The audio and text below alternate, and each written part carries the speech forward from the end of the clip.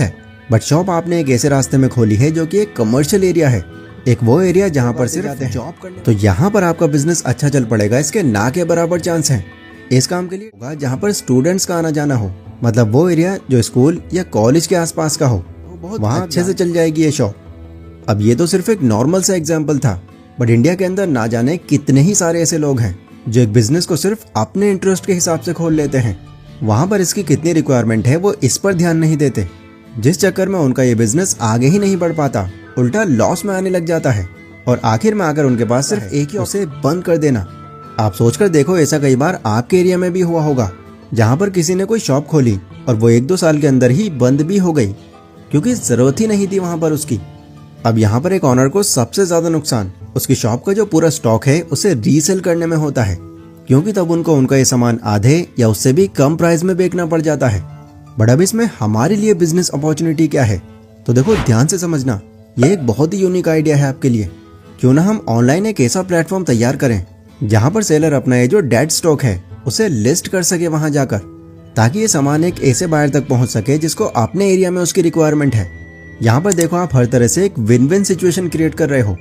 एक तो बेचने वाला बहुत ज्यादा नुकसान नहीं उठाएगा, खरीदने वाला एमआरपी से सस्ते रेट्स में खरीद सकेगा, और आप जो कि इन दोनों को जोड़ने का काम कर रहे हो उनसे कमीशन चार्ज कर सकते हो। मुझे नहीं लगता कि अभी इस तरह के आइडिया को कोई इम्प्लीमेंट भी कर रहा है। यहाँ पर आपका जो मेन खर्चा है वो एक वेबसाइट बनवाने और उसकी मार्केटिंग करने में होगा, और यकीन मानना अगर आपने मार्केटिंग सही से कर ली तो इस प्लेटफॉर्म पर बहुत कम टाइम में आप काफी ज्यादा लोगों को ले आओगे, क्योंकि ये प्रॉब्लम हर तीसरा बिजनेसमैन फेस करता है। देन जैसे जैसे आपका ये प्लेटफॉर्म फेमस होगा तो आपके लिए अर्निंग के कई और रास्ते भी खुल जाएंगे। जैसे बाकी प्लेटफॉर्म की तरह उस पर भी आप स्पॉन्सर या एड सर्विस इनेबल कर सकते हो, जिससे एक सेलर एड रन करके जल्दी बायर तक पहुंच सके। अब एक सवाल आपका ये हो सकता है कि ये जो डेड स्टॉक है ये ऐसा तो होगा नहीं कि 100% सही निकलेगा, इसका सोल्यूशन क्या है? तो देखो यार, ये प्लेटफॉर्म ही रीसेलिंग का है। बायर यहाँ पर आ ही इस इंटेंशन से रहा है कि उसको रीसेल प्रोडक्ट खरीदना है, एंड डिटेल सारी बायर को पिक्चर्स और डिस्क्रिप्शन के थ्रू वैसे भी मिल जाएंगी, तो ये प्रॉब्लम ही खत्म। बस आपको ये जो प्लेटफॉर्म होगा उसमें स्मार्टनेस दिखानी होगी, मतलब बायर्स और सेलर्स को वो सारे फीचर्स प्रोवाइड करने हैं जिनकी हेल्प से उनकी एक अच्छी डीलिंग हो सके। इस बिजनेस को अगर आप एक प्रॉपर प्लानिंग के साथ शुरू कर सकते हो तो यहाँ से आप बहुत ज्यादा पैसे कमा सकते हो। Business idea number 3। अभी हम लोग बात कर रहे थे लोकेशन की। एक गलत लोकेशन हमारे बिजनेस को बहुत जल्दी बंद करवा सकती है, एंड इसके बाद अगर हम यही बिजनेस करना चाहते हैं तो हमको लोकेशन बदलनी पड़ती है, जिसमें लगभग डबल इन्वेस्टमेंट का लॉस हो जाता है हमारा।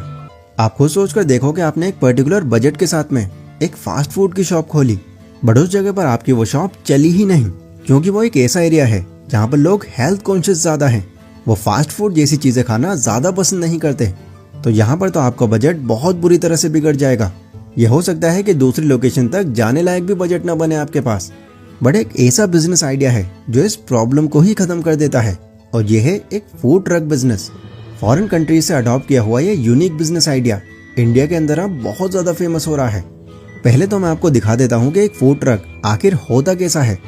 देखो, इसमें जो भी आपका प्रोडक्ट है उसी थीम पर इस पूरे ट्रक को डिजाइन किया जाता है, जो खुद में ही आपकी मार्केटिंग कर देता है, क्योंकि ये चीज आने जाने वालों को बहुत जल्दी अट्रैक्ट कर जाती है। And the best part is, इसमें आप अपने और कस्टमर के हिसाब से लोकेशन भी चेंज कर सकते हो। बट सवाल यह है कि आखिर फूड ट्रक ही क्यों?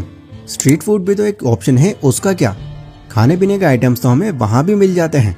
तो देखो, इंडियन स्ट्रीट फूड की अगर मैं बात करूं तो हर दूसरी शॉप पर आपको पता है क्या हाल रहता है। ज्यादातर टाइम जब भी आप ऐसी जगहों पर जाते हो तो आपको साफ सफाई की कमी देखने मिलती है। रॉ मटेरियल्स फ्रेश नहीं होते, इनफैक्ट कुछ जगहों पर तो सही से सर्व तक नहीं किया जाता।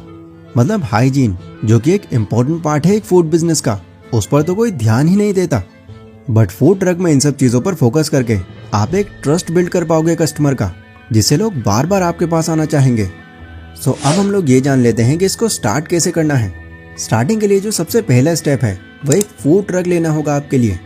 इंडिया में लगभग हर सिटी के अंदर फूड ट्रक मैन्युफैक्चरर्स आराम से मिल जाएंगे आपको, और नॉर्मल फूड ट्रक की कॉस्ट 2.5 लाख से 4 लाख के बीच में पड़ जाएगी।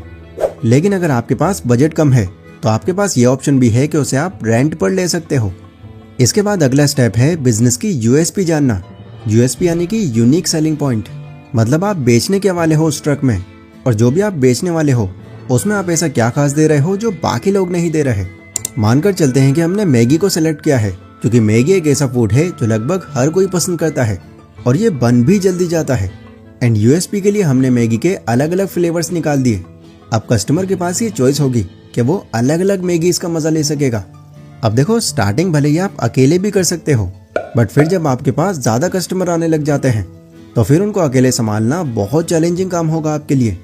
सो बिजनेस ग्रो होते ही आपको कुछ वर्कर्स भी रखने पड़ेंगे और ये आपके लिए भी जरूरी है, क्योंकि बिजनेस को और ज्यादा कैसे आगे ले जाना है, इन चीजों में तभी आप दिमाग लगा पाओगे जब फ्री टाइम होगा आपके पास। बाकी फूड बिजनेस के लिए लाइसेंसेस वगैरह भी लेने पड़ते हैं ताकि आप लीगली उसको रन कर सको। अगर मैं यहाँ पर प्रॉफिट की बात करूँ तो एक सक्सेसफुल फूड ट्रक से आप 15 से 30% तक का प्रॉफिट निकाल सकते हो। प्लस अगर आप टाइम टू टाइम कुछ ऐसी जगहों पर जाते हो जहाँ पर इवेंट वगैरह ऑर्गेनाइज होते हैं तो ऐसी जगहों से पर डे आप डबल प्रॉफिट तक निकाल सकते हो। सो आई होप आज की इस वीडियो से आपको काफी कुछ जानने मिला होगा। अगेन, इनमें से किसी भी बिजनेस को लेकर अगर थोड़ा भी डाउट है आपके मन में तो वो मुझे आप लोग कमेंट सेक्शन में बता सकते हो। एंड जैसा कि मैंने वीडियो के स्टार्टिंग में आपसे कहा था कि बिना पैसों के बिजनेस करने का जो प्रोसेस है उसका हिंट मैं आपको दे दूंगा। तो अगली बिजनेस वीडियो जो कि इसी टॉपिक पर होगी, उसमें हम उन लोगों के थ्रू बिजनेस करना जानेंगे जो ऑलरेडी अलग अलग बिजनेस में इन्वॉल्व हैं। और ये कैसे होगा, इसके लिए बस उस वीडियो का इंतजार करो। बाकी बिजनेस आइडियाज पर अगर आपने पिछली वीडियोस नहीं देखी तो यहाँ पर क्लिक करके आप देख सकते हो। सो टेक केयर और यहाँ तक बने रहने के लिए बहुत बहुत शुक्रिया।